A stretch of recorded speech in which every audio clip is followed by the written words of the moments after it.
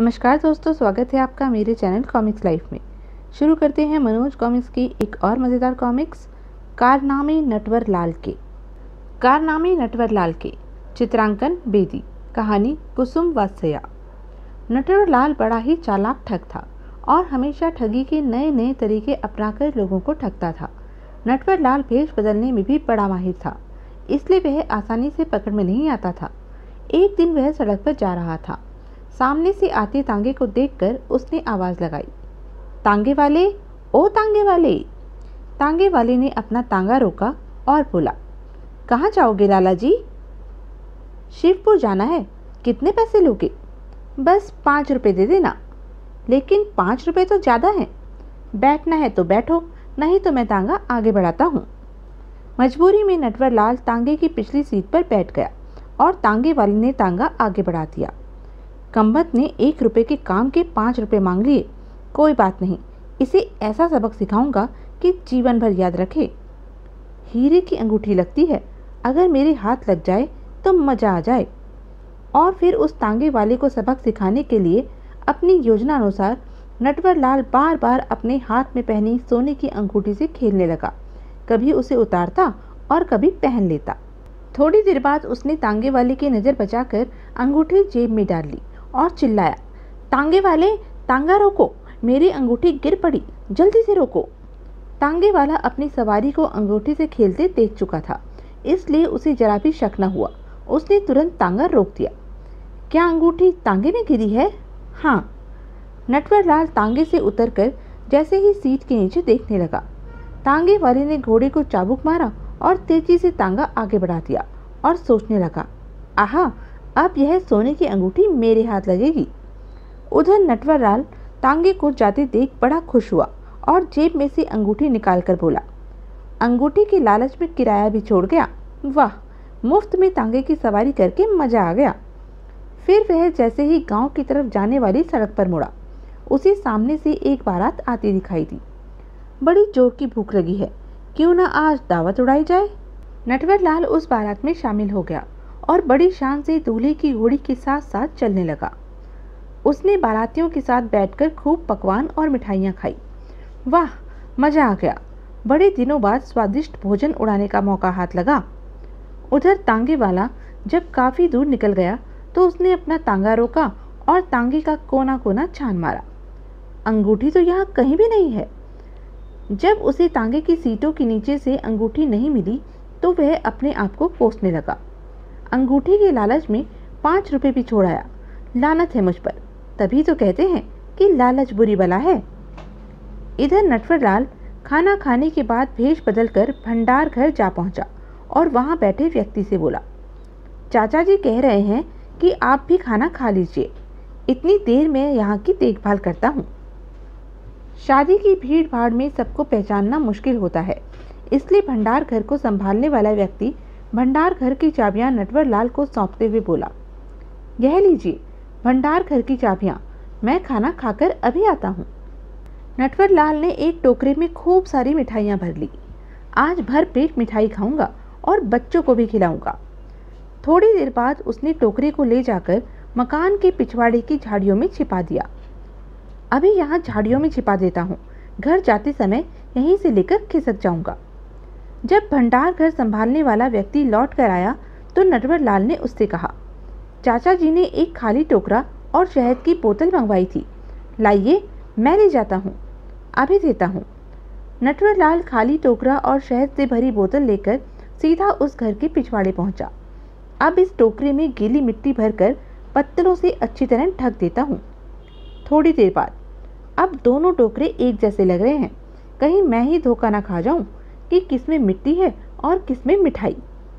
नटवर लाल ने दोनों टोकरे सिर पर रखे और शहद की बोतल हाथ में पकड़कर चलने लगा।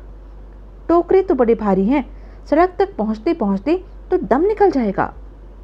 नटवर लाल को झाड़ियों के पीछे से निकलते देख एक व्यक्ति उसके पीछे पीछे चलने लगा। इस व्यक्ति के पास जरूर चोरी का माल है जिसे इसने झाड़ियों में छिपा रखा था। यह माल किसी न किसी तरह पार करना है। किसी अजनबी को अपने पीछे आते देख नटवर लाल ने उसे टपकते हुए कहा, कौन है तू, मेरे पीछे क्यों आ रहा है? वह हाथ जोड़कर गिड़गिड़ाने लगा, हुजूर, कुली हूँ, सोचा आपके पास बोझ है तो मजदूरी की लालच में आ रहा हूँ। क्या हर्ज है अगर टोकरे इसे उठवा देता हूँ?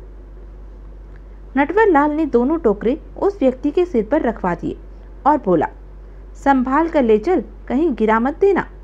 बहुत अच्छा हुजूर। वह दोनों टोकरे सिर पर रखकर नटवर लाल के पीछे पीछे चलने लगा। हुजूर, इन टोकरों में क्या भरा है? तुम्हें इससे मतलब? हाँ, कहीं इन्हें गलती से खोल मत बैठना, वरना पछताना पड़ेगा। ऐसी क्या चीज़ है हुजूर? इनमें शहद के बीज हैं। यह सुनकर कुली भौचक्का होकर बोला, शहद के बीज? भला शहद के बीज भी होते हैं? नटवर लाल ने झटपट बात बनाकर कहा, अबे उल्लू, इसमें मधुमक्खियां हैं, मधुमक्खियां, वे शहद तो पैदा करती हैं। कहते हुए नटवर लाल ने पोटली में से शहद की बोतल निकाल ली। तभी कुली ने बोतल की तरफ इशारा करते हुए पूछा, हुजूर, इस बोतल में क्या है? इसमें शहद है। जिस छत्ते से मधुमक्खियां लाया हूँ वहीं से यह शहद भी निकला था। ले, इसे भी उठा ले। कुली टोकरे और बोतल को उठाए तेज तेज कदमों से चलकर आगे बढ़ गया। यह देखकर नटवर लाल बोला, तो बेशक जल्दी जल्दी चल, शहर जाने वाली सड़क पर पहुंचकर मेरा इंतजार करना, मैं धीरे धीरे आता हूँ। अच्छा हुजूर। कुली जैसे ही नटवर लाल से काफी दूर निकल आया तो उसने एक पेड़ के नीचे टोकरे उतार कर रखे और सोचने लगा, भला यह आदमी मधुमक्खियों का क्या करेगा?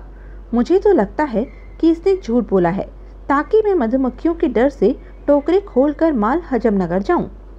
फिर बोतल उठाकर उसे खोलते हुए सोचने लगा, पहले बोतल खोलकर देखता हूँ इसमें शहद है या नहीं, इसी से पता चल जाएगा कि उसने झूठ बोला है या सच। कुली ने बोतल खोलकर उसे अपनी हथेली पर उड़ेला और चखने लगा। वाह, क्या मिठास है। अब उसका माथा ठनका, यह तो शहद ही है। हो सकता है उस आदमी ने सच ही बताया हो कि टोकरों में मधुमक्खियां हैं। फिर भी एक बार टोकरों को खोलकर देखने में क्या हर्ज है, लेकिन कहीं सचमुच मधुमक्खियां हुई तो उनसे बचना मुश्किल हो जाएगा। यहाँ से खिसकने में ही अपनी भलाई है, सिर्फ मजदूरी के लालच में यह भोजा ढोने से क्या लाभ?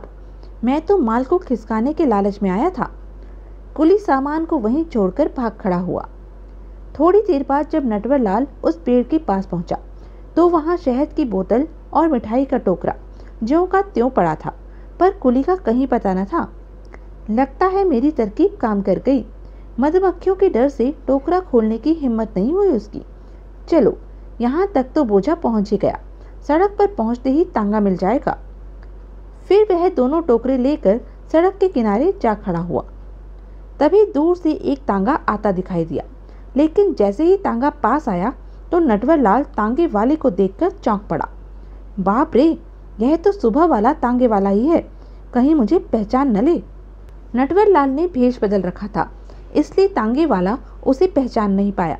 नटवर लाल दोनों टोकरे लेकर पीछे बैठ गया। शुक्र है इसने मुझे पहचाना नहीं। रास्ते में तांगा चलाते हुए तांगे वाले को मिठाई की महक आई तो वह सोचने लगा, मिठाई काफ़ी बढ़िया लगती है, उसकी महक से ही मुंह में पानी आ रहा है। जैसे ही तांगा नटवर लाल के घर के निकट पहुंचा तो वह बोला, बस बस यहीं रोक दो, यहाँ से मेरा घर नज़दीक पड़ेगा, जिससे मिठाई के टोकरे पहुँचाने में आसानी रहेगी। तांगा रुकते ही नटवर लाल नीचे उतरा और टोकरा उठाते हुए बोला, सुनो तांगे वाले, मैं इसे छोड़कर अभी आता हूँ, तुम दूसरे टोकरे का ख्याल रखना। नटवर लाल टोकरा उठाए सामने गली में घुस गया। काफ़ी देर के बाद भी जब नटवर लाल दूसरा टोकरा लेने नहीं आया तो तांगे वाले ने सोचा, लगता है आज किराए के बदले में यह टोकरा ही हाथ लगेगा। चलो, फिर भी अंगूठी की तरह घाटे का सौदा तो नहीं रहेगा, कुछ तो हाथ लगा। आखिर जब तांगे वाला इंतजार करते करते थक गया तो वह पिछली सीट पर रखे टोकरे को खोलकर देखने लगा। लगता है काफ़ी माल भरा है इसमें, मेरे तो मुंह में पानी आ रहा है।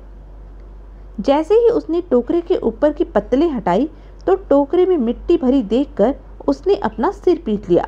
हाय, मैं इस बार भी ठगा गया, आज तो एक पैसे की भी आमदनी नहीं हुई। उधर नटवर लाल मिठाई का टोकरा उठाए अपने घर की तरफ चला जा रहा था। आज तो तांगे वाला पहले अंगूठी के लालच में किराया छोड़कर भाग गया था और अब मिठाई के बदले मिट्टी हाथ लगेगी बेचारे के। एक दिन नटवर लाल पड़ोस के शहर जा पहुंचा। उसने व्यापारी का भेष बना रखा था और बाजार में घूम रहा था। घूमते घूमते वह शहर के प्रसिद्ध जौहरी की दुकान पर जा पहुंचा। आइए आइए सेठ जी, कहिए मैं आपकी क्या सेवा कर सकता हूँ। तो यह थी अब तक की कहानी। आगे की कहानी जानने के लिए बने रहें मेरे साथ। और हाँ, मेरे चैनल को लाइक, शेयर और सब्सक्राइब करना ना भूलें। धन्यवाद।